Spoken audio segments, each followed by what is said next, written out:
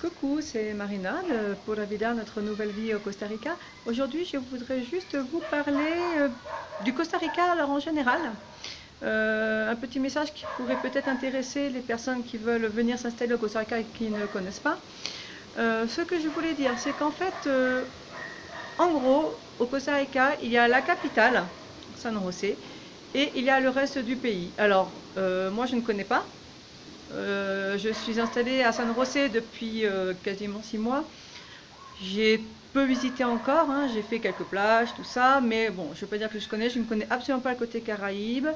Là, on est juste allé à Samara. Donc voilà, j'ai énormément à découvrir, j'en ai pour plusieurs années, je pense. Par contre, ce que je voulais dire, c'est qu'au niveau de la vie à San José, alors, on est loin de la plage. En termes de kilomètres, non. Je ne sais pas, on est peut-être à 100 kilomètres maximum, je ne pense pas plus. Par contre, ça reste une capitale qui n'est pas forcément très très bien desservie. Et du coup, c'est embouteillage sur embouteillage sur embouteillage. Les routes ne sont pas si mauvaises comme on a tendance à dire. Par contre, c'est vrai qu'on ne roule pas à 130 km/h comme en France avec les autoroutes. Voilà. On va plus être sur du 80, 100 km/h, enfin en tout cas nous avec notre Jeep, voilà. Donc du coup, pour aller à la plage par exemple, on va facilement mettre ou 1 heure et demie, 2 heures je pense, ouais. Et alors pour revenir, parce qu'en général l'entrée de la capitale c'est vraiment une vraie catastrophe. À chaque fois on met une plombe. Et d'ailleurs c'est pour ça que c'est assez compliqué de se dire, tiens demain on va à la plage, parce que pour y aller, bon, on sait que ça va aller. Par contre, pour revenir, mais c'est une horreur. À chaque fois, c'est mais des heures dans les embouteillages et quelle que soit l'heure. C'est-à-dire qu'on rentre à 4 heures d'après-midi ou qu'on rentre à 10 heures le soir. Honnêtement, à chaque fois, c'est assez compliqué.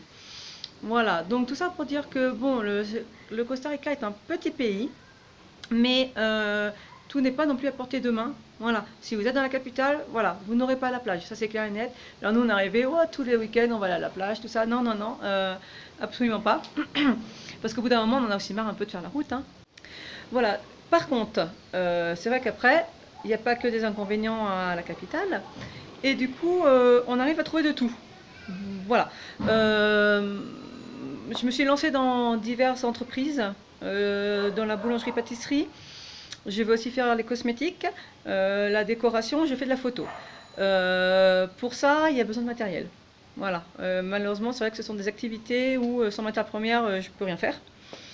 Et étant dans la capitale, j'arrive quand même à trouver, alors bien évidemment, c'est pas évident.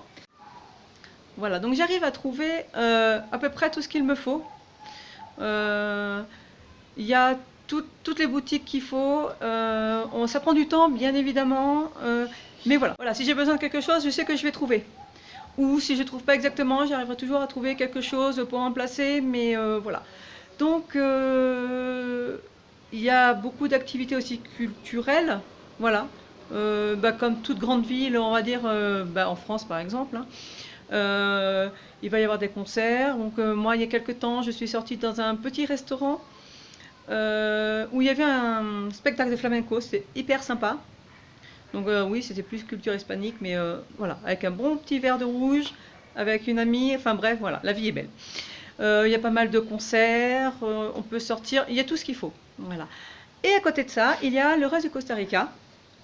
Comme je vous l'ai dit, je ne connais pas, mais par exemple, pour avoir discuté avec des personnes du Guanacaste, par exemple, ou un petit peu plus du sud du Costa Rica, la vie en dehors de la capitale, la vie est belle, la vie fait rêver. On va pas se mentir, nous, c'est notre rêve.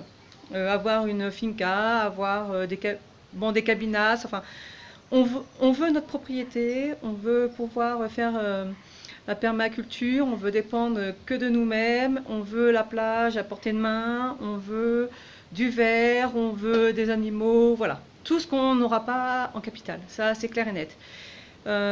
Et c'est vrai que la vie, comme je dis, la vie est douce au Costa Rica. Ici, on n'est pas stressé, on est en capitale, mais on n'est pas stressé comme je pouvais être stressé même dans les Landes. Voilà, ça n'a rien à voir. La vie est belle, je suis heureuse, mais il manque, voilà, c'est l'air marin. C'est vrai que la vie en bord de mer, dans une grande propriété, enfin quand je dis grande, c'est pas la grandeur qui m'intéresse, c'est juste le calme autour, le vert, le calme. Et la vie est beaucoup, beaucoup, beaucoup plus facile, je trouve. c'est mon point de vue. Voilà, ça c'est ce qu'on peut avoir en dehors de la capitale. Par contre, il n'y a pas que des points positifs, il faut y penser. Pour ceux qui veulent s'installer en dehors, on trouve très peu de choses. Voilà. Il faut savoir qu'ici, le commerce par internet, c'est pas la France. Ça se fait, mais alors c'est beaucoup plus compliqué. On ne peut pas faire venir tout et n'importe quoi. Et du coup, quand on est un petit peu loin de tout, ben oui, bien évidemment, il y a énormément d'avantages. Mais par contre, vous n'allez pas sortir chez vous en disant tiens, je vais aller acheter mes tensioactifs qui me manquent pour aller faire mes petits shampoings. Voilà.